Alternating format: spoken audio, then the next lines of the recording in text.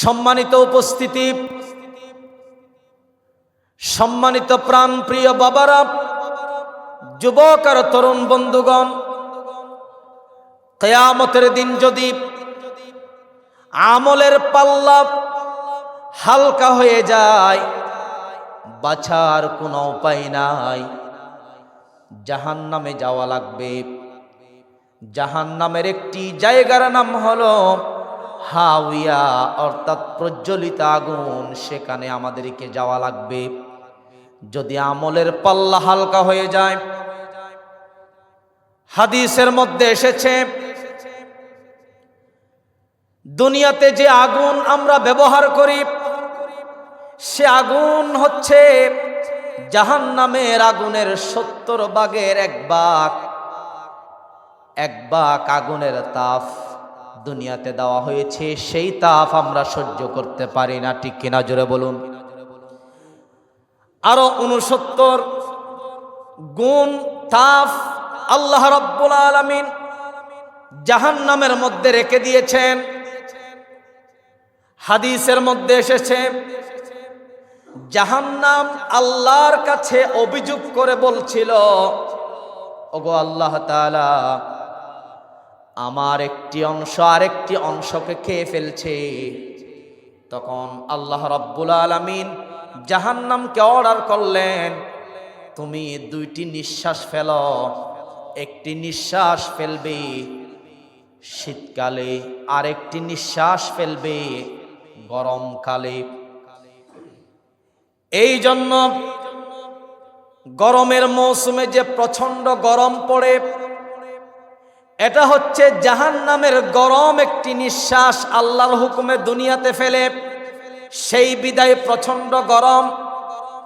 শীতকালে যে প্রচন্ড শীত অনুভব হয়, এটা জাহান্নামের ঠান্ডা একটি নিঃশ্বাস দুনিয়াতে আল্লাহর হুকুমে ফেলা হয়, এই জন্য প্রচন্ড শীত লাগে।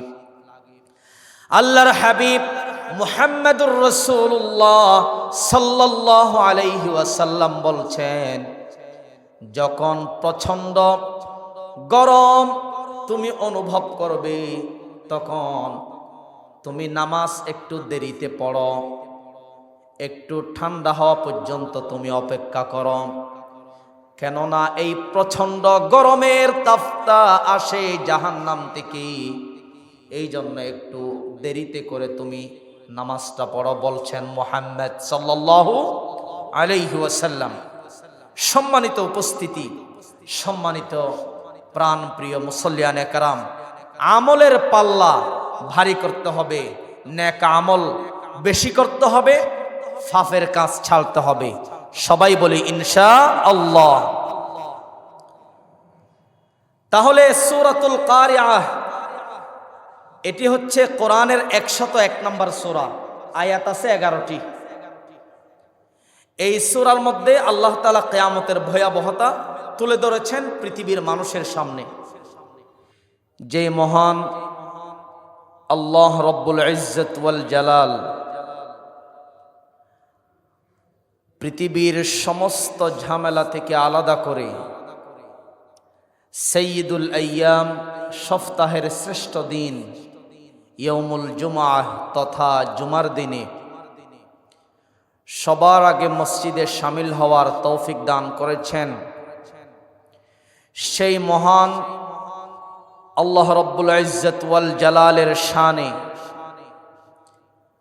তার শেখানো ভাষায় মস্তক অবনত চিত্তে শুকর গুজার হচ্ছি আমরা সকলেই অন্তরের স্থল থেকে জোড়ালো কণ্ঠে সবাই বলে উঠছি আলহামদুলিল্লাহ। দরুদ এবং সালাম পেশ করছি আমাদের সকলের প্রাণ প্রিয় নবী, সর্বকালের সর্বযুগের সর্বশ্রেষ্ঠ মহামানব, সাইয়্যিদুল মুরসালিন, ইমামুল মুরসালিন, খাতামুন নবিয়্যিন, জনাব মুহাম্মদুর রাসূলুল্লাহ সাল্লাল্লাহু আলাইহি ওয়াসাল্লামের উপর। সম্মানিত উপস্থিতি, সম্মানিত প্রাণপ্রিয় মুসল্লিয়ানে কেরাম, সংক্ষিপ্ত সময়ের ভিতরেই কোরআন ও হাদিসের আলোকে গুরুত্বপূর্ণ একটি বিষয়ের উপর আমরা আজকের জুমায় সংক্ষেপে কিছু কথা শুনব।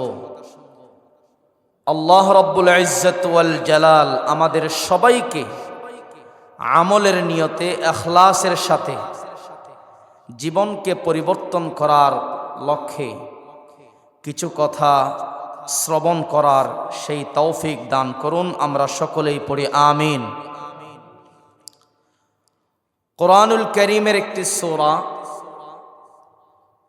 সূরাতুল কারিআহ। এই সূরাটা কম বেশি আমাদের সবার মুখস্থ আছে। সূরাতুল কারিআহ, এই সূরা থেকে আজকে আমরা কিছু কথা শুনব। সবাই বলি ইনশাআল্লাহ। সূরাতুল কারিআহ, এই সূরায় কিয়ামতের ভয়াবহতা এবং মানুষের আমলের ওজন অনুযায়ী জান্নাত জাহান্নামের বিষয়, অর্থাৎ মানুষের আমল অনুযায়ী জান্নাত জাহান্নাম বরাদ্দ হবে, সেই বিষয়টি আল্লাহ রাব্বুল আলামিন সূরাতুল কারিআর ভিতরে তুলে ধরেছেন। সুবহানাল্লাহ। সূরাতুল কারিআহ এটি হচ্ছে কোরআনুল কারীমের 101 নম্বর সূরা।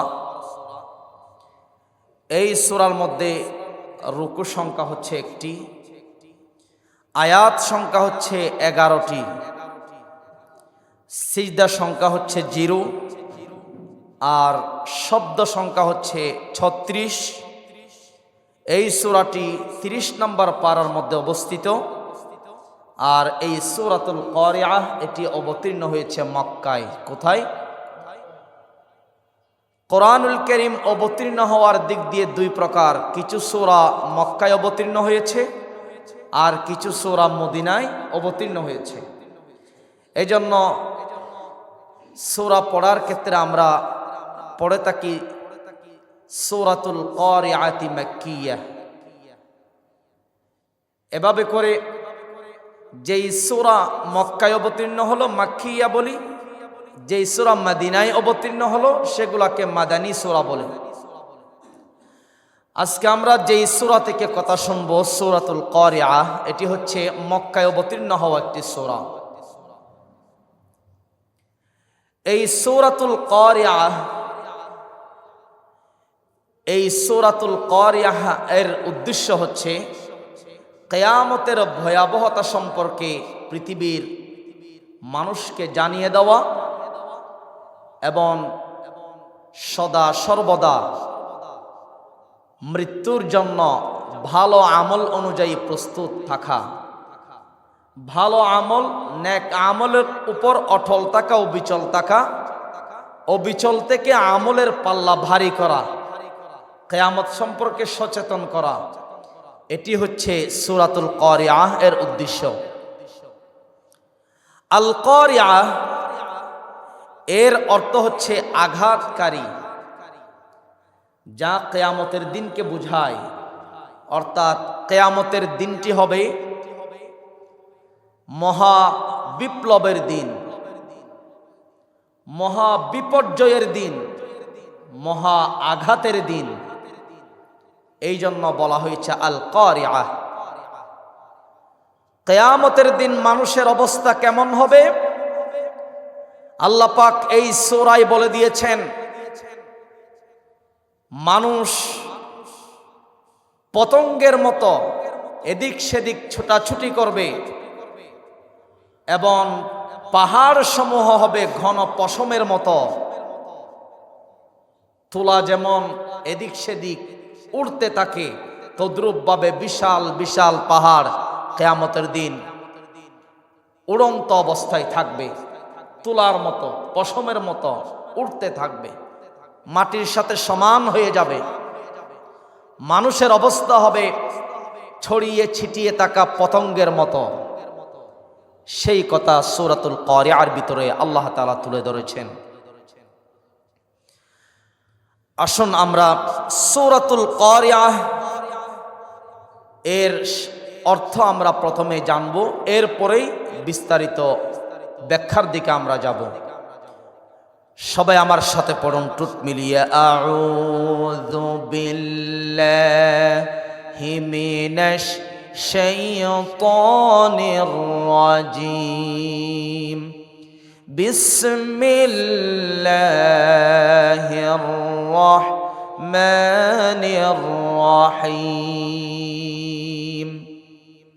বিতাড়িত মরদুদ শয়তানের ওয়াসওয়াসা থেকে, কুমন্ত্রণা থেকে, ধোঁকা থেকে আমরা আল্লাহর কাছে পানাহ চাচ্ছি এবং আল্লাহর নামে আমরা সকল কাজ শুরু করব, যেই আল্লাহ তাআলা অতি দয়ালু মেহেরবান, ঠিক কিনা?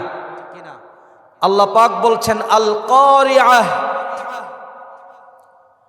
আল কারিয়াহ শব্দের অর্থ আঘাতকারী, বিপর্যয়, বিপ্লব।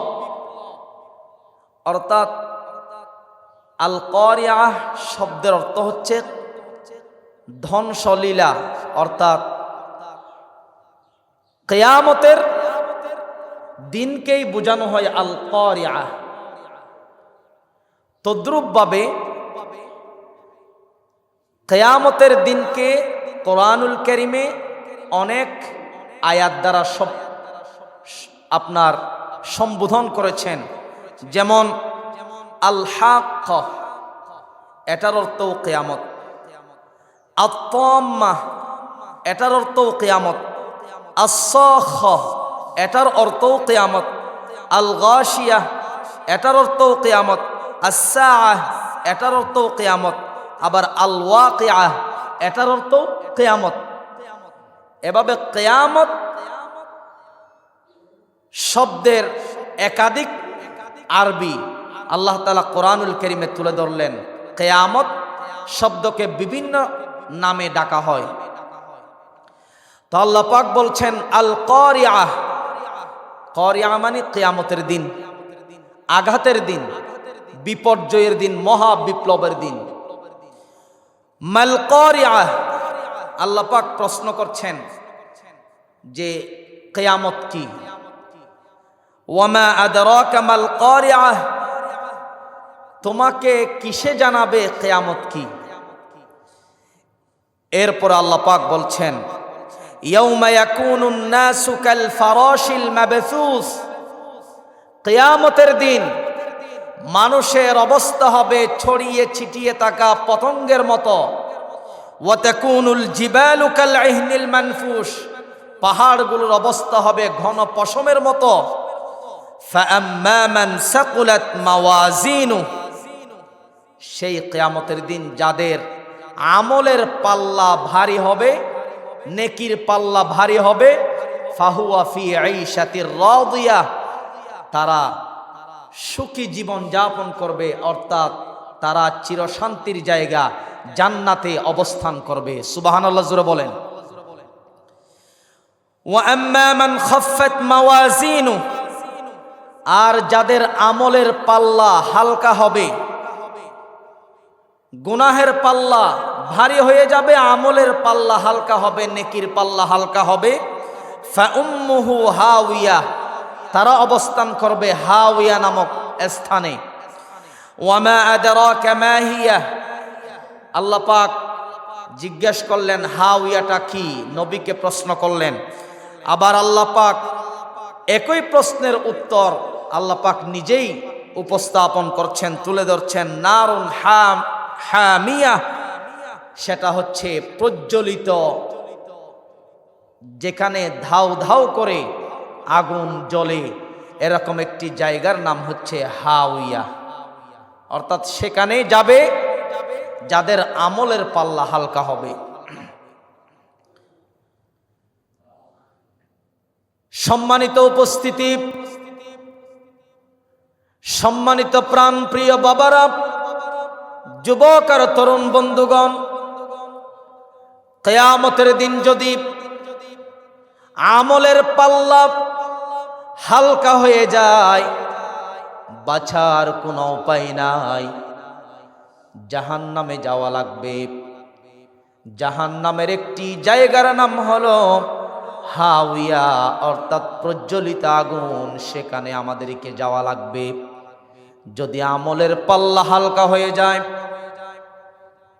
হাদিসের মধ্যে এসেছে দুনিয়াতে যে আগুন আমরা ব্যবহার করি সে আগুন হচ্ছে জাহান্নামের আগুনের 70 ভাগের 1 ভাগ। 1 ভাগ আগুনের তাপ দুনিয়াতে দেওয়া হয়েছে, সেই তাপ আমরা সহ্য করতে পারি না, ঠিক কিনা জোরে বলুন।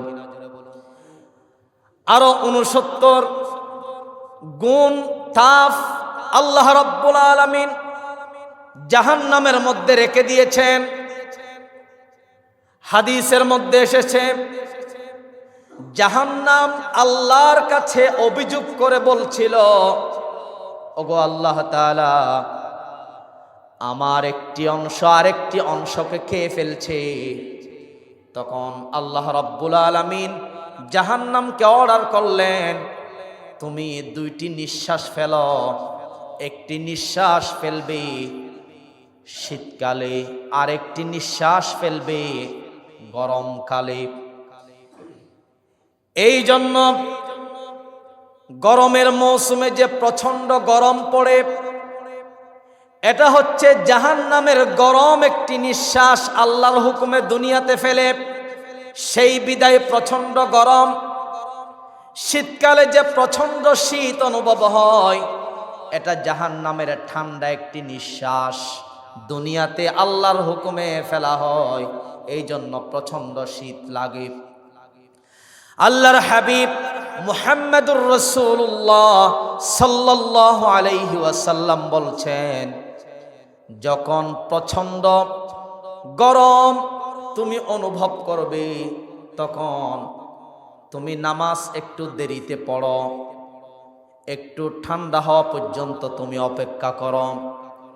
কেননা এই প্রচন্ড গরমের তাপটা আসে জাহান্নাম থেকে, এই জন্য একটু দেরিতে করে তুমি নামাজটা পড়ো, বলছেন মুহাম্মদ সাল্লাল্লাহু আলাইহি ওয়াসাল্লাম।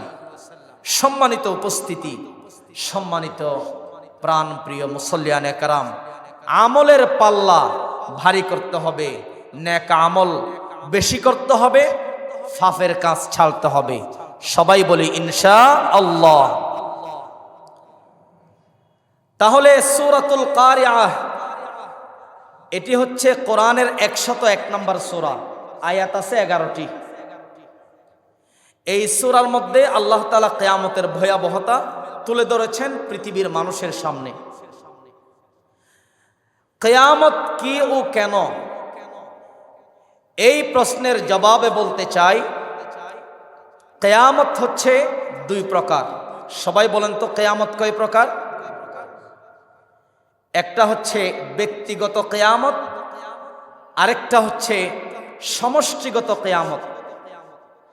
ব্যক্তিগত কিয়ামত কি, এর পরিচয় কি? যেমন হাদিস এসেছে, ইদা মাতাল ইনসানু কামাত কিয়ামাতুহু, যখন মানুষ মারা যায় তখন থেকেই তার ব্যক্তিগত কিয়ামত শুরু হয়ে যায়। আর ব্যক্তিগত কিয়ামতের হিসাব নিকাশ, জান্নাত জাহান্নাম কবরেই ফাইসালা হয়ে যায়। এটাই হচ্ছে ব্যক্তিগত কিয়ামতের পরিচয়।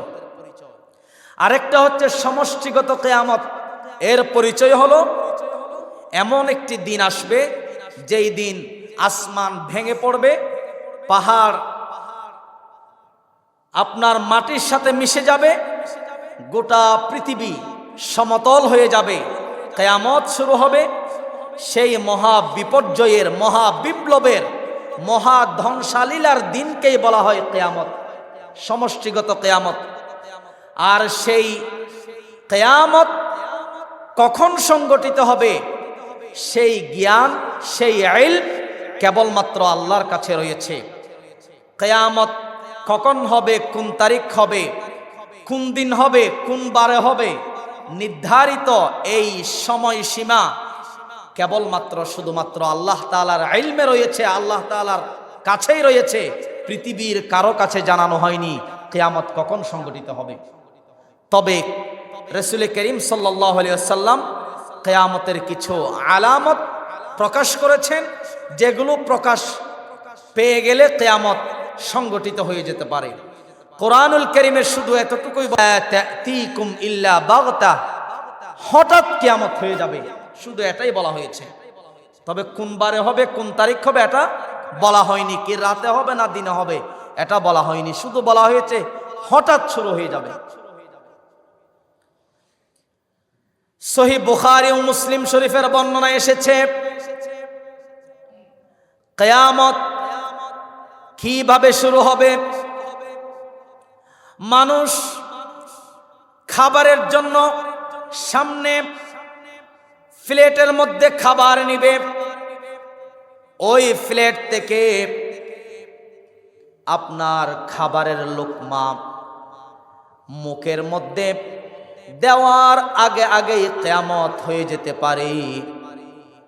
এভাবে করে আল্লাহর হাবিব বলছেন, একজন ব্যবসায়ী তার দোকানের মধ্যে গ্রাহক গেল, কাস্টমার গেল মালামাল বিক্রি করার জন্য, স্লিপ রেডি হয়ে গেছে, মালামাল সবগুলো প্যাকেট করা হয়ে গেছে, এখনো পর্যন্ত টাকা লেনদেন হয় নাই।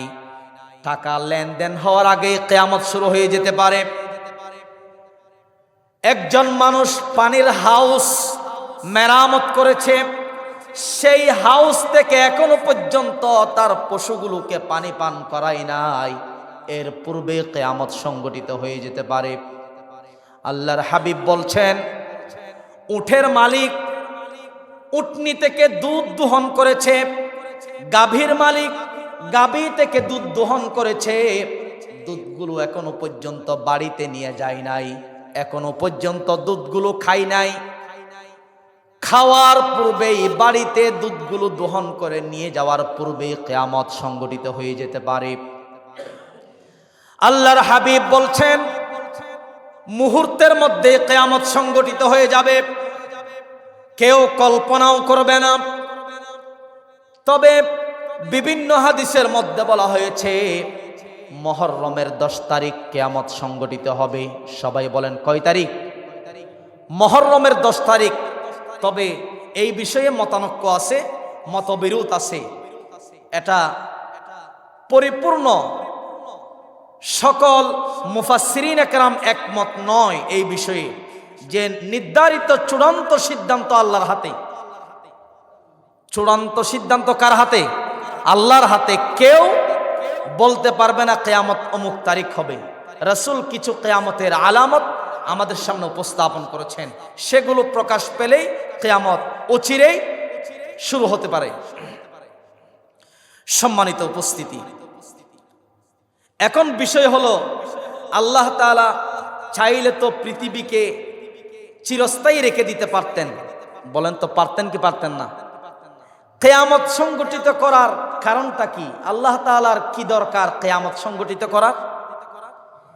কিয়ামত সংগঠিত করার অসংখ্য কারণ আছে, সবগুলো তো বলা সম্ভব নয়, সময় কম। কয়েকটি আপনাদের সামনে বলতে চাই। কিয়ামত আল্লাহ তাআলা কেন সংগঠিত করবেন? 1 নম্বর কারণ হলো, কেউ মসজিদ নির্মাণ করলো, মাদ্রাসা নির্মাণ করলো, নলকূপ স্থাপন করলো, কালভার্ট নির্মাণ করলো, রাস্তা মেরামত করলো, গাছ লাগালো, হসপিটাল নির্মাণ করলো সেবার জন্য। সবাই বলুন তো, এগুলা কি ভালো কাজ না খারাপ কাজ? সে মারা যাওয়ার পরেও সদকায়ে জারিয়া তার কবরের মধ্যে যাইতেই থাকবে। আপনি মসজিদের জন্য 5টা ফ্যান দিয়েছেন, বা একটা এসি দিয়েছেন, 1 টন সিমেন্ট দিয়েছেন, 1 টন বালু দিয়েছেন, বা যে কোনো কিছু মসজিদের জন্য, মাদ্রাসার জন্য আপনি দিয়েছেন, ওই মসজিদটা পৃথিবীতে যতদিন টিকে থাকবে, আপনি মারা গেলেও কবরের মধ্যে সত্তায়ে জারিয়া যাইতেই থাকবে। সুবহানাল্লাহ জোরে বলেন। ভালো কাজের প্রতিদান আল্লাহ তাআলা কবরের মধ্যে দিবেন। ভালো কাজের সকল পুরস্কার দেওয়া তো দুনিয়াতে সম্ভব না। কেউ একটা সিনেমা হল তৈরি করলো, সিনেমা হল তৈরি করলে তার কবরে সওয়াব যাবে না গুনাহ যাবে? গুনাহ যাবে। গুনাহের শাস্তি পরিপূর্ণ দুনিয়াতে দেওয়া সম্ভব নয়। ভালো কাজের পুরস্কার পরিপূর্ণ দুনিয়াতে দেওয়া সম্ভব নয়। আরেকটি দিন ধার্য করেছেন আল্লাহ তাআলা বান্দাদেরকে তার নিজ নিজ ভালো কাজের পরিপূর্ণ পুরস্কার দেওয়ার জন্য আর খারাপ কাজের পরিপূর্ণ শাস্তি দেওয়ার জন্য দিন ধার্য করেছেন। সেই দিনের নাম হচ্ছে কিয়ামত। বলেন তো সেই দিনের নাম কি? এই জন্য কিয়ামত আল্লাহ তাআলা সংগঠিত করবেন। এটি হচ্ছে একটি কারণ। 2 নম্বর কারণ হলো আল্লাহ তাআলা জান্নাতীদেরকে 10টি দুনিয়া পরিমাণ পুরস্কার দান করবেন। সুবহানাল্লাহ জোরে বলেন না। আল্লাহর পক্ষে সম্ভব কিনা বলেন? আচ্ছা, এক একজন মানুষকে, দুনিয়াতে কোটি কোটি মানুষ নাই, এক একজন মানুষকে 10টি দুনিয়া পরিমাণ জায়গা দেওয়া দুনিয়াতে কি এটা সম্ভব? দুনিয়াতে সম্ভব নয়। এই জন্য আল্লাহ তাআলা আরেকটি দিন ধার্য করেছেন, কিয়ামতের দিন। ওই পরকালে এক একজন জান্নাতীকে আল্লাহ তাআলা 10টি দুনিয়া পরিমাণ জায়গা দান করবেন। সুবহানাল্লাহ জোরে বলেন না। এই জন্য কিয়ামত আল্লাহ তাআলা সংগঠিত করবেন। 2 নম্বর কারণ এটি। কিয়ামত সংগঠিত করার 3 নম্বর কারণ হলো, মনে করুন একজন মানুষ খুন করেছে 10 জনকে। বলেন তো কয়জনকে? 10 জনকে খুন করেছে। বিষয়টা ভালো করে খেয়াল করুন। কোরআনের বিধান হলো, ইসলামের বিধান হলো, কেউ আপনাকে একটা থাপ্পড় দিয়েছে, সেম থাপ্পড় আপনি তাকেও বসাবেন। এটা হচ্ছে প্রতিদান, পরিশোধ। আপনার প্রতিশোধ সমান সমান। কোরআনের কথা, হাদিসের কথা, শরিয়ার কথা। কেউ আপনাকে ঘুষি মেরে নাক ফেটে দিয়েছে, কোরআনের বিধান হলো আপনিও তাকে ঘুষি মেরে নাক ফেটে দিবেন। কেউ আপনাকে দাঁত ফেলে দিয়েছে ঘুষি মেরে, সেম আপনিও তাকে কি লাগাবেন? ঘুষি মেরে দাঁত ফেলে দিবেন বা কান ফেটে দিবেন। আপনাকে যেই পরিমাণ ক্ষতি করেছে সেম ক্ষতি আপনি তাকে করবেন। এটা শরীয়তের বিধান। হ্যাঁ, শেষে বলা হয়েছে কোরআনের আয়াতের শেষে, ওয়া কাতাবনা আলাইহিম ফিহা আন্নান নাফসা বিন নাফসি ওয়াল আইনা বিল আইনি ওয়াল আনফা বিল আনফি ওয়াল উযুনা বিল উযুনি ওয়াস সিন্না বিস সিন্নি ওয়াল জুরুহা কিসাস। শেষে বলা হয়েছে যদি আপনি তাকে মাফ করে দেন, প্রতিশোধ না নিয়ে যদি মাফ করে দেন, তাহলে আপনার গুনাহগুলো আল্লাহ তাআলা মাফ করে দিবেন। সুবহানাল্লাহ জোরে বলেন। কিন্তু প্রতিশোধ নিতে চাইলে আপনি নিতে পারবেন, নেওয়াটা শরিয়া সম্মত, কোরআনের বিধান। এখন কথা হচ্ছে, কেউ যদি 10 জন মানুষকে খুন করলো, আচ্ছা খুনের বদলা, বলেন খুনের বদলা খুন, তো তাকে যদি আপনি ফাঁসিতে লটকান, খুন করেন, তাহলে প্রতিশোধ নেওয়া হবে একটা। আরো কয়টা বাকি আছে? 9টা বাকি আছে। ওই 9টা প্রতিশোধ নেওয়ার জন্যই আল্লাহ তাআলা কিয়ামত সংগঠিত করবেন। জোরে বলুন না সুবহানাল্লাহ। কিয়ামতের দিন খুনিকে ডাকা হবে, যাকে খুন করা হয়েছে তাকেও ডাকা হবে। তোমাকে যেইভাবে খুন করেছে তুমিও সেইভাবে খুন করো। সেইভাবে খুন করা হবে, সে মারা যাবে, আবার জীবিত হবে। তাহলে খুন একটা, প্রতিশোধ নেওয়া হলো। আরেকজনকে ডাকবে, তোমাকে কেন খুন করা হলো, তুমিও ঠিক সেইভাবে তাকে খুন করো। সে তাকে খুন করা হবে, মারা যাবে, আবার জীবিত হবে। এভাবে করে একজন মানুষ যদি 1000টা খুন করে, তাহলে 1000টা প্রতিশোধ, একই প্রতিশোধ কিয়ামতের মাঠে, হাসরের মাঠে নেওয়া হবে। জোরে বলুন সুবহানাল্লাহ। সেই জন্য কিয়ামত আল্লাহ তাআলা সংগঠিত করবেন। 4 নম্বর কিয়ামত সংগঠিত করার কারণ হলো মজলুম, যাকে জুলুম করা হয়েছে বিনা কারণে, বিনা অপরাধে, কারাগারে নিয়ে যাওয়া হয়েছে, ফাঁসিতে লটকানো হয়েছে, কোনো অপরাধ নাই। সরকার হচ্ছে জালেম সরকার, স্বৈরাচার সরকার, জুলুমবাজ সরকার। তো জালেম সরকারের কারণে মজলুম যেটা সে প্রতিশোধ নিতে পারে নাই, সঠিক বিচার পায় নাই, কিয়ামত সংগঠিত করে আল্লাহ তাআলা মজলুমের সামনে জালেমের বিচার করবেন। জোরে বলুন সুবহানাল্লাহ। এজন্যই কিয়ামত সংগঠিত করবেন। 5 নম্বর কিয়ামত সংগঠিত করার কারণ হচ্ছে দুর্বল মানুষকে শক্তিশালী মানুষ আঘাত করেছে, দুর্বল বিদায় সে প্রতিশোধ নিতে পারে নাই। দুর্বল একটা প্রাণী, এমনকি একটা কুকুর, শক্তিশালী কুকুর যদি দুর্বল কুকুরের উপর আঘাত করে, কুকুরটা দুর্বল হওয়ার কারণে প্রতিশোধ নিতে পারে নাই, কিয়ামত সংগঠিত করে আল্লাহ তাআলা দুর্বল কুকুরকে শক্তিশালী বানাবেন, শক্তিশালী কুকুরকে দুর্বল বানিয়ে একই প্রতিশোধ নেওয়া হবে। একই প্রতিশোধ নেওয়ার পর আল্লাহ তাআলা আবার বিচার ব্যবস্থা কায়েম করবেন। এই জন্যই কিয়ামত আল্লাহ তাআলা সংগঠিত করবেন। এভাবে করে কিয়ামত সংগঠিত করার অসংখ্য কারণ আছে। এখন কিয়ামত সংগঠিত হওয়ার পূর্বে মুসলমানদের অবস্থা কেমন হবে, ঈমানদারদের অবস্থা, ঈমানের অবস্থা কেমন হবে, এটা একটু জানার বিষয়। আল্লাহর হাবিব বলছেন যে কিয়ামতের পূর্বে মুসলমানদের ঈমানের অবস্থা হবে এমন, সকালে বের হবে ঈমান নিয়ে বাড়ি থেকে, বিকালে ঘরে ঢুকবে বেঈমান হয়ে। বিকালে ঈমান থাকবে, সকালে ঘুম থেকে উঠবে বেঈমান অবস্থায়। কিয়ামতের পূর্বে ঈমানের অবস্থা এমন হবে মুসলমানের। আল্লাহর হাবিব সাল্লাল্লাহু আলাইহি ওয়াসাল্লাম বলছেন কিয়ামতের পূর্বে ঈমান টিকিয়ে রাখা, ঈমানের উপর অটল থাকা, ঈমানের উপর অবিচল থাকা এমন কঠিন হবে, জ্বলন্ত আগুনের কয়লা হাতের মধ্যে নিলে যেমন কষ্ট হয়, তার চেয়ে বেশি কষ্ট হবে কিয়ামতের পূর্বে ঈমান ধরে রাখতে। মুসলমানদের ঈমান হবে কচু পাতার পানের ন্যায়। মুসলমানদের ঈমান, কাফের মুশরিক বেঈমান তাদের প্ররোচনায় পড়ে মুসলমানদের ঈমান আবর্জনার মতো ভেসে যাবে। স্রোতের পানিতে যেমন ময়লা আবর্জনা ভেসে যায়, তদ্রূপভাবে কিয়ামতের পূর্বে মুসলমানদের ঈমানের অবস্থা হবে তেমন। আল্লাহর হাবিব বলছেন কিয়ামতের পূর্বে কাফের মুশরিক বেঈমানেরা মুসলমানদেরকে লোভ দেখাবে, লালসা দেখাবে।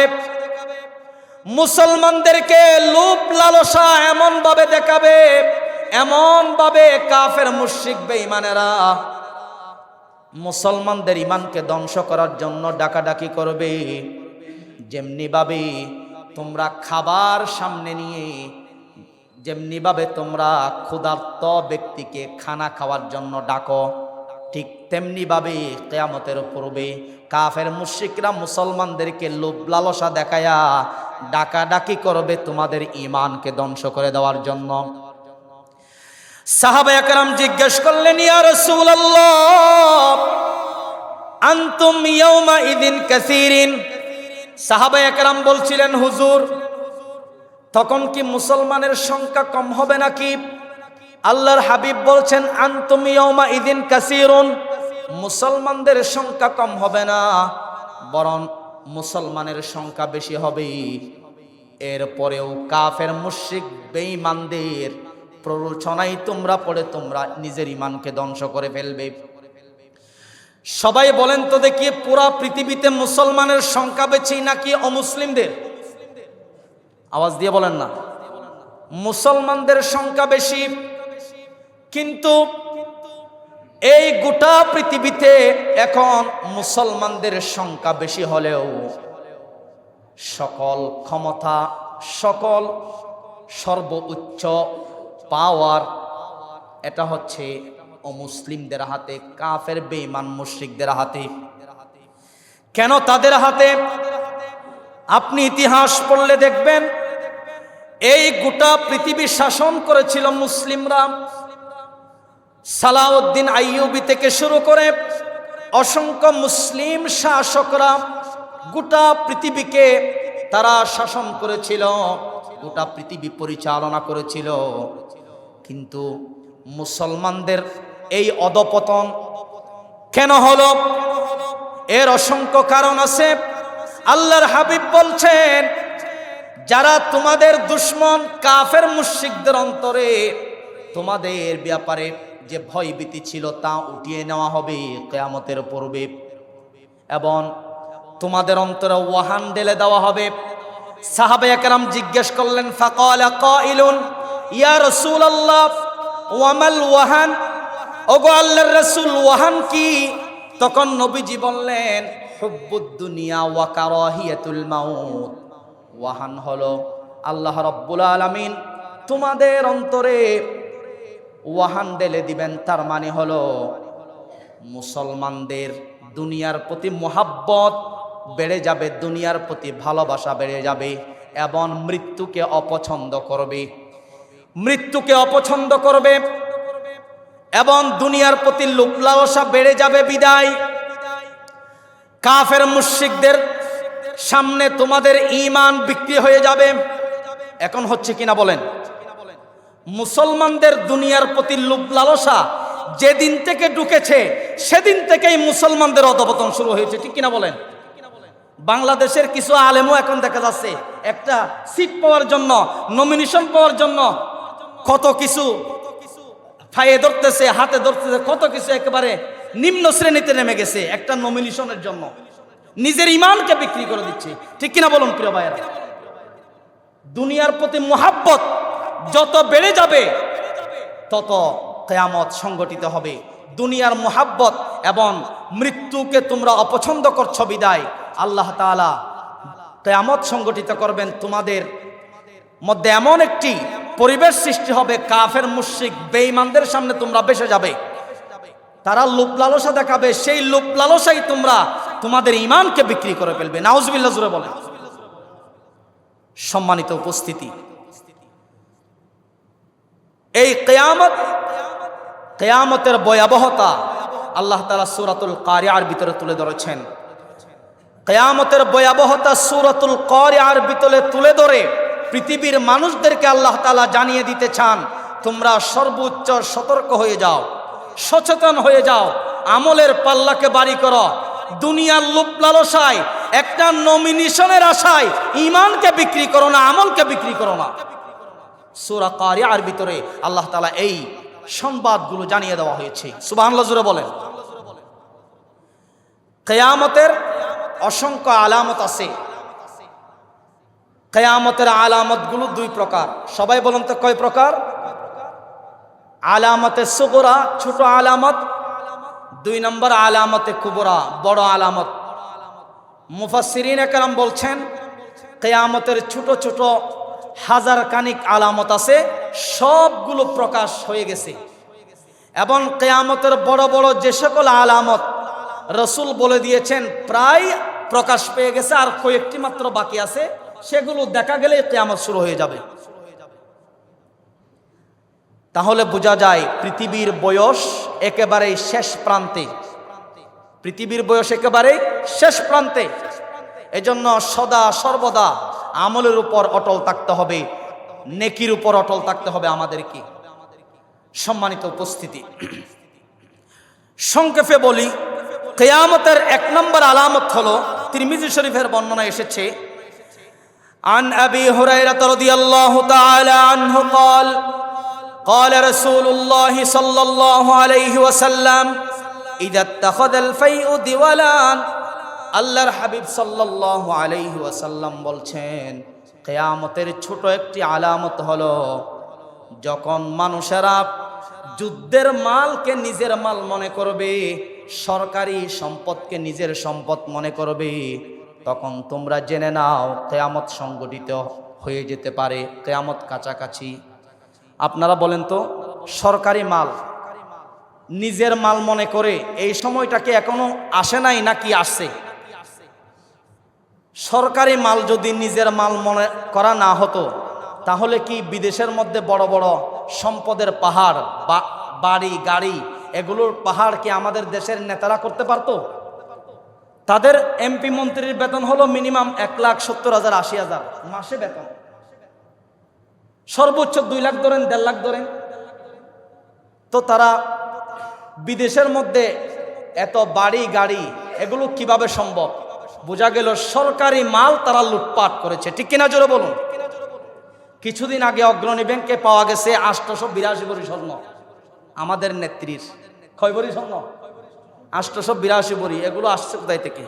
অথচ বাদশাহ আলমগীরের, আপনারা ইতিহাস পড়ুন, ফতোয়ার একটা প্রসিদ্ধ কিতাব আছে ফতোয়ায়ে আলমগীরি, যেখান থেকে ফতোয়া দিলে পৃথিবীর কোনো আলেম ওই ফতোয়ার মধ্যে কলম দিতে পারবে না। ফতোয়ায়ে আলমগীরি, এটা বাদশাহ আলমগীরের নামে নামকরণ, ফতোয়ায়ে আলমগীরি। বাদশাহ আলমগীর রাষ্ট্রপ্রধান ছিলেন তৎকালীন সময়ে। কলকাতা এবং বাংলাদেশ এই অঞ্চলকে বলা হতো বঙ্গদেশ। কি বলা হতো? আপনারা যারা আগের মানুষ আছেন আপনারা হয়তো জানেন, এই বঙ্গদেশ। এখানে মাদ্রাসা ছিল, দ্বীনি মাদ্রাসা প্রায় 80,000। কত?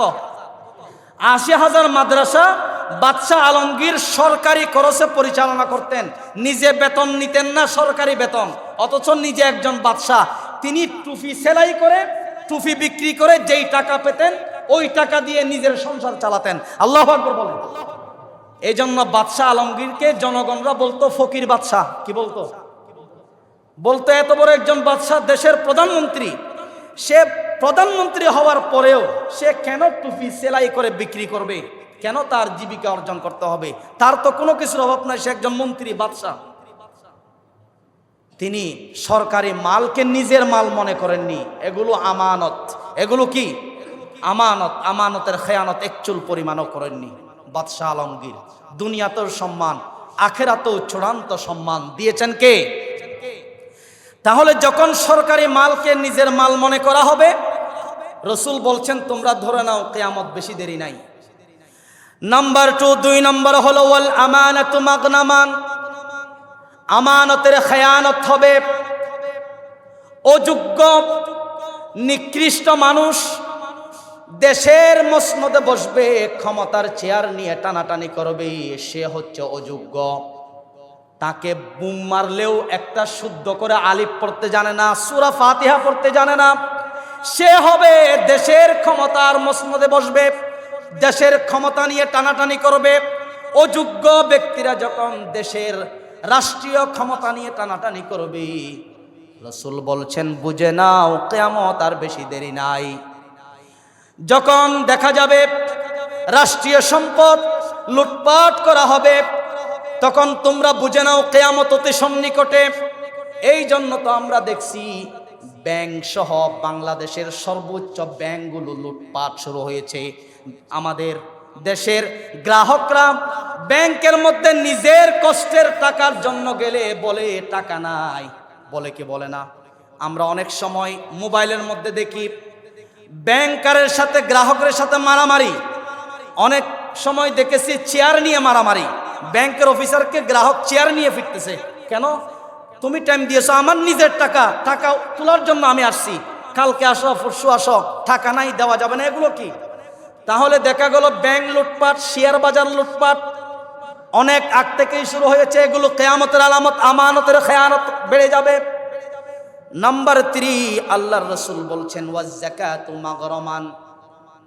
আল্লাহর হাবিব বলছেন যাকাতকে জরিমানা মনে করা হবে। আমাদের দেশে 100-এর মধ্যে 80% মানুষ ধনী, ঠিক কিনা বলুন? তো ধনীরা যদি সম্পূর্ণ হিসাব করে যাকাত প্রতি মাসে হোক বছরে হোক হিসাব করে যদি যাকাত দিয়ে দিত, আল্লাহর কসম করে বলতে পারি বাংলাদেশে একজন গরিবও থাকতো না, ঠিক কিনা বলুন? ধনীরা তো যাকাত দিচ্ছে না, যাকাতকে জরিমানা মনে করা হবে। অথচ যাকাত কি জরিমানা নাকি নামাজ রোজার মতো ফরজ? কোরআনে 82 বারের চেয়েও বেশি নামাজের কথা বলেছেন। একই আয়াতে আল্লাহ তাআলা যাকাতের কথা বলেছেন, ওয়াকিমুস সালাহ ওয়া আতুজ যাকাত। যেখানে নামাজের কথা সেখানে যাকাতের কথা। যাকাত ফরজ করেছেন কে? তো যাকাতকে যখন জরিমানা মনে করা হবে, যখন যাকাত দিবে না দেশের মানুষ ধনীরা, বুঝে নিবে এটা কিয়ামতের আলামত। ওয়া তুআল্লিমু লিগাইরিদ্দিন। 3 নম্বর হলো মানুষেরা কোরআন শিখবে, ইসলামিক শিক্ষা শিখবে শুধুমাত্র যশ খ্যাতির জন্য। মানুষ আমাকে মুফতি সাহেব বলুক, মুহাদ্দিস বলুক, মুফাসসির বলুক, বড় মৌলানা বলুক, এটার জন্য কোরআন হাদিস শিখবে। আল্লাহর সন্তুষ্টির জন্য কোরআন হাদিস শিখবে না, কোরআন হাদিস শিখবে দুনিয়া কামানোর জন্য। এই জন্য আমাদের দেশে বক্তার অভাব নাই। ঢাকা থেকে বক্তা আসলে 1 লাখ 2 লাখ আমাদের বাইরা দিয়ে দেয়, আর মসজিদের খতিব সাহেবকে আসরের পরে বয়ানের জন্য উঠাইয়া দেয়, তাকে দেয় 1000। আছে না নাই? তো কিয়ামত তো আপনারাই টেনে আনতেছেন, সেখানে আমার তো করার কিছু নাই। ঢাকা থেকে কেন বক্তা আনতে হবে? আমাদের চট্টগ্রামে বক্তা নাই? বলেন তো, চট্টগ্রামে বক্তা নাই? বড় বড় আলেম নাই? ঢাকা থেকে কেন এনে 80,000 1 লাখ 1.5 লাখ দিয়ে দেন? আপনারাই তো তাদের অভ্যাস খারাপ করে ফেলছেন ঢাকাইয়া বক্তার। গত বছর এখানে মেহের আলী মুন্সির পাড়া প্রতি বছর আমার মাধ্যমে ওরা বক্তা ঠিক করে। তো গত বছর আব্দুল্লাহ আলামিন ঢাকা, ওনাকে দিয়েছিল 80,000 টাকা। তো ওনারা কয়েকদিন আগে আমার সাথে যোগাযোগ করছে কমিটির ভাইয়েরা, যে হুজুর ঢাকা থেকে বক্তা দিয়েছি, আল্লাহর কসম করে আমরা বলছি গ্রামের যেগুলো বক্তা আলোচনা করছে ঢাকাইয়া বক্তার চেয়ে বেশি ভালো আলোচনা করছে, শুধু 80,000 টাকা নিয়ে গেছে। তা আফসোস করে বলছে। তো এবছর তা আমি বলছি যে কি করবো, ঢাকা থেকে আরেকজন ঠিক করি, সমস্যা কি, আপনাদের তো টাকার অভাব নাই। তো ওনা বলছেন না, ঢাকা থেকে আর দেবো না, চট্টগ্রাম থেকে একজন আলোচক ঠিক করেন। তো ওনাদেরকে একজন ঠিক করে দেওয়া হয়েছে। সুতরাং বলতে চেয়েছিলাম, কোরআন হাদিস শিখবে টাকা অর্জন করার জন্য, কোরআন হাদিস শিখবে আমাকে আন্তর্জাতিক মুফাসসিরে কোরআন বলো, এটা এখন দেখা যাচ্ছে তো, ঠিক কিনা বলুন? আল্লাহকে সন্তুষ্টির উদ্দেশ্যে কোরআনের জ্ঞান শিখবে না, এটা কিয়ামতের আলামত। 5 নম্বর হলো আতআর রাজুলু ইমরাতা, স্বামীরা নারীদের স্ত্রীদের আনুগত্য করবে, স্ত্রীর কথাই উঠবে, স্ত্রীর কথাই বসবে। এই জন্য দেখা যায় মার্কেটের মধ্যে, বাজারের মধ্যে স্বামী স্ত্রী উভয়ে আসে, স্বামী সন্তানটা কাঁধে নেয়, স্ত্রী আপনার বাজার করে, পুরা মার্কেটে দৌড়াদৌড়ি করে। আসে না নাই বলেন? দোয়ানোর মধ্যে মার্কেটত গিয়ে হরলাই স্বামী বেচারা বুয়ার মতো চাকরের মতো দিয়ে দেখে পিছন দিই, হসওয়ার বউ বিয়াকিন দরদার করে ফেলাই, বাজার সাজার বিয়াকিন বউ দরদার করে গিয়ে বউ হার বাড়ি বেশি বাজারও, তাইলে স্বামী অসহায় নাম দিয়ে থেকে বেচারা ফকল লইয়া, ঠিক কিনা বলুন? তো রসুল হতে ইয়ান যাতে দেখা যাইব স্বামীয়ে বউর হতা মানিব, অথচ কোরআনের বিধান বউ মানিব তো স্বামীর হতা হার হতা। কিন্তু স্বামী যে বউর আনুগত্য করে, তাহলে বোঝা যাবে যে কিয়ামত বাজি আর বেশি দেরি নেই। 6 নম্বর হচ্ছে ওয়াক্কা উম্মা, মায়ের নাফরমানি করবে, মায়ের কথা শুনবে না, শাশুড়িকে আম্মু বলে ডাকবে, মাকে আম্মু ডাকবে না। আল্লাহর হাবিব বলছেন আল জান্নাতু তাহতা আকদামিল উম্মাহাত, মায়ের পায়ের নিচে তোর জান্নাত জাহান্নাম। রিজার রব্বি ফি রিজাল ওয়ালিদ, মা বাবা খুশি আল্লাহ খুশি, মা বাবা নারাজ আল্লাহ নারাজ। সেই জায়গায় মা বাবাকে সর্বোচ্চ সম্মান দেওয়া হয় না, মা বাবার নাফরমানি করা হয় এবং শাশুড়িকে আম্মু বলে ডাকা হয়। শাশুড়ির সেবা যত্ন বেশি করে, নিজের বৃদ্ধা মা বাবার সেবা করে না, এমন ডাকাত সন্তান আছে না নাই? সম্মানিত উপস্থিতি, সুতরাং এগুলো বেড়ে যাবে। 7 নম্বর হলো ওয়াদানা সাদিকা, বন্ধুকে কাছের মনে করবে এবং নিজের পিতাকে কাছের মনে করবে না, নিজের বাবাকে সময় দিবে না, বন্ধুদেরকে সময় দিবে। এই পরিস্থিতি এসে গেছে, কিয়ামতের আলামত। 8 নম্বর ওয়াজাহারাতিল আসওয়াতু ফিল মাসাজিদ, মসজিদ 5 কোটি 10 কোটি দিয়ে নির্মাণ করবে, চাকচিক্যময় হবে, কিন্তু মসজিদ চাকচিক্যময় হবে, মুসল্লিদের ঈমান হবে কাঁচা। মুসল্লিদের ঈমান হবে কি? আজ থেকে 20-25 বছর আগে আপনার মসজিদ ছিল মাটির মসজিদ, কিন্তু মুসল্লিদের ঈমান ছিল অত্যন্ত পাকা ঈমান। তারা আজানের আগেই মসজিদে এসে জিকির আজকার কোরআন তেলাওয়াত শুরু। এখন মসজিদ চাকচক্যময়, কিন্তু মানুষের ঈমান কাঁচা, বিপরীত হয়ে গেছে। মসজিদের মধ্যে বসে শুরগুল করবে, আড্ডা দিবে, কিয়ামতের আলামত এগুলো সব দেখা যাচ্ছে। 9 নম্বর হলো ওয়াসাদাল কাবিলাতা ফাসিকুহুম ওয়া কানা জাঈমুল কওমি আরজালাহুম, সমাজের নেতৃত্ব দিবে অসৎ লোক, যে মদ খায় গাঁজা খায় সুদ খায়, ঘুষখোর, যে নারী নিয়ে পড়ে থাকে, গান বাজনা আড্ডা নিয়ে পড়ে থাকে, সে দিবে সমাজের নেতা, সে সমাজের নেতৃত্ব দিবে, সম্প্রদায়ের নেতৃত্ব দিবে, দেশের নেতৃত্ব দিবে। মদকুর, গাজাকুর, সুদকুর, মদকুর এখন দেখা যাচ্ছে কিনা বলুন? কিয়ামতের আলামত 10 নম্বর হলো ওয়া উকরিমার রাজুলু মুহাফাতা শাররি, একজন আরেকজনকে সম্মান করবে তার ভয়ের আশায়, সে ক্ষতি করবে। মনে করুন একজন সম্পদের অভাব নাই, তার আপনার পাওয়ার আছে, ক্ষমতার পাওয়ার, কিছু হলেই উপরে পুন দিলেই যে করা হয়, মূলত তাকে সম্মান অন্তর থেকে করে না, তার থেকে বাঁচার জন্য, অনিষ্টতা থেকে, তার ক্ষতি থেকে বাঁচার জন্য তাকে সম্মান করা হয়। এটা হচ্ছে কিয়ামতের আলামত। 11 নম্বর ওয়াজাহারাতিল কাইনাত ওয়াল মাআজিফ, বাদ্যযন্ত্র, গান বাজনা এগুলো বেড়ে যাবে, সয়লাব হবে। আগে গান বাজনা, সিনেমা হল, বিশাল বিশাল সিনেমা হল ছিল, সেখানে গিয়ে ছবি দেখতো, ফিল্ম দেখতো। কিন্তু এখন ইহুদি খ্রিস্টানরা গান বাজনার সকল অশ্লীল সিনেমা সবগুলো দেখার জন্য প্রত্যেকের মোবাইলে ঢুকিয়ে দিয়েছেন, পকেটে পকেটে মোবাইল ঢুকিয়ে দিয়েছেন, আছে না নাই? এখন মোবাইলের মধ্যে সবগুলো আছে, একের ভিতর সব, একের ভিতর কি সবগুলো এখন সেখানে ঢুকিয়ে দেওয়া হয়েছে। মোবাইলের মাধ্যমে ফিতনা ফাসাদ বাড়বে, অশ্লীলতা বাড়বে। আজকাল মোবাইলে ঢোকা যায় না, কত নোংরা অশ্লীল সামনে আপনার অ্যাডভার্টাইজ এগুলা শো করে, ঠিক কিনা বলুন? সেখানেই ঢোকা যায় না। নারীর ফিতনা চতুর্দিকে, ঈমান হরণ করার জন্য যত কৌশল সবগুলো কাফের মুশরিকরা ফিট করে দিয়েছে মুসলমানদের ঈমানকে ধ্বংস করার জন্য। এটা কিয়ামতের আলামত। এরপরে 12 নম্বর হলো ওয়াশুরিবাতিল খুমুর, মদ্যপান বেড়ে যাবে, মদের নাম বিভিন্ন প্রকারের দেওয়া হবে কিয়ামতের পূর্বে। আমাদের দেশে যত প্রকারের মদের নাম, বাহিরের রাষ্ট্রের লোকেরা শুনলে তারা হাসে। মদের নাম, বাংলাদেশের মদের নাম হলো বাবা, মদের নাম কি? ইয়াবা। এভাবে কত ধরনের যে মদের নাম দিয়েছে, যত প্রকার নাম দেওয়া হোক না কেন, মদ ব্যবহার করা হোক না কেন, নেশা, গাঁজা, সবগুলো হচ্ছে কিয়ামতের আলামত। 13 নম্বর হলো ওয়ালুআনা আখিরু হাদিহিল উম্মতি আউওয়ালাহা, আমার উম্মতের পূর্ববর্তী লোকেরা পূর্ববর্তী লোকদের সমালোচনা করবে, গীবত করবে। আর 14 নম্বর হলো আইয়ুরফাল ইলম, কোরআনের ইলম উঠিয়ে নেওয়া হবে, ভালো ভালো আলেমরা মারা যাবে। হক কথা যারা বলে, কোরআন হাদিসের উপর সঠিক কথা যারা বলে, কোরআন হাদিসের পরিপূর্ণ জ্ঞান রাখে, তারা মারা যাবে। তারা মারা যাওয়ার মাধ্যমে আল্লাহ পাক কোরআনের ইলম উঠিয়ে নেবেন, আসমানি ইলম উঠিয়ে নেবেন।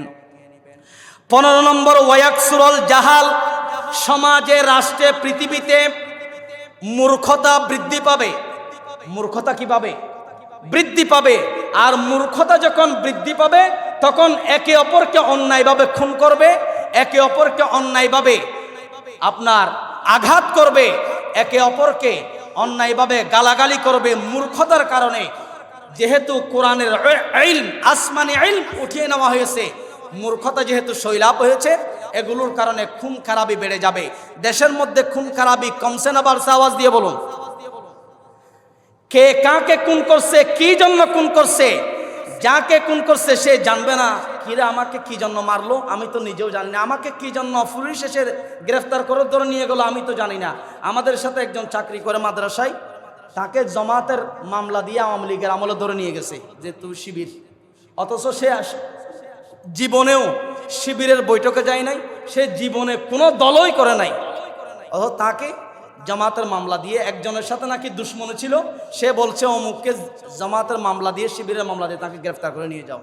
সে নিজেই জানে না, ঘর থেকে পুলিশ এসে তাকে গ্রেফতার করে নিয়ে গেছে। সে আফসোস হচ্ছে, কিরা আমাকে কি জন্য ধরছে, সে জানবে না। একে অপরকে কিভাবে হত্যা করবে সে জানবে না। আল্লাহর হাবিব বলছেন, একটা হাদিস বলে শেষ করছি, ফালইয়ারতাকিবু ইনদা রিহান হামরা ওয়া জালজালাতান ওয়া খাসফান ওয়া কাসফান ওয়া আয়াতিন তাতাবাউ কানিজামিন কুতিয়া সিলকুহু ফাতাতাবা। আল্লাহর হাবিব বলছেন, এমন সময়ের জন্য তোমরা অপেক্ষা করো, আল্লাহ রাব্বুল আলামিন গজব হিসাবে রক্তের বৃষ্টি বর্ষণ করবেন। গজব হিসাবে আল্লাহ রাব্বুল আলামিন ভূমি ধস দিবেন, ভূমিকম্প দিবেন, আল্লাহ রাব্বুল আলামিন পাথর বৃষ্টি বর্ষণ করবেন। সেই সময় আর বেশি দেরি নয়, যেভাবে করে পৃথিবীতে জুলুম নির্যাতনের সংখ্যা বেড়েই চলছে দিন দিন, মূর্খতার সীমানা ছড়িয়ে ছিটিয়ে আছে, মূর্খতার অজ্ঞতার সীমা অতিক্রম করছে। আর বেশি দেরি নয়, সময় অতি সন্নিকটেই রক্তের বৃষ্টি বর্ষণ হবে। কিছুদিন আগেই তো ভূমিকম্প হয়েছিল, ঠিক কিনা বলুন? ভূমিধস ঘন ঘন হবে। এভাবে করে হঠাৎ করে একদিন দেখবেন রক্তের বৃষ্টি, পাথরের বৃষ্টি। আল্লাহ তাআলা বিভিন্ন প্রকার আযাব আর গজব দিয়ে দেন। এগুলো কেন দেন? যাতে করে সে সত্যের দিকে ফিরে আসে, যাতে সে ভালো আমলের দিকে ফিরে আসে। আল্লাহ তাআলা, সময় শেষ হয়েছে, অনেক বেশি দেরি হয়ে গেছে। আল্লাহ রাব্বুল আলামিন আমাদের সবাইকে, যে সূরাতুল কারিআহ, এই সূরা থেকে আজকে কথা বলছিলাম, প্রথম পর্ব শেষ হলো। আগামী জুমায় ইনশাআল্লাহ কিয়ামতের বড় বড় আলামত, অনেক মজার মজার কাহিনী আছে আগামী জুমায়। সবাই আগে আসলে তো আমি আগেই শেষ করে দেব। আপনারা দেরিতে আসেন বিধায় আমি আলোচনা গুছাতে একটু সময় হয়ে যায়। আপনারা আগে আগে চলে আসবেন ইনশাআল্লাহ। আল্লাহ রাব্বুল আলামিন আমাদের সবাইকে হেফাজত করুন, আমিন। আসসালামু আলাইকুম ওয়া রাহমাতুল্লাহ।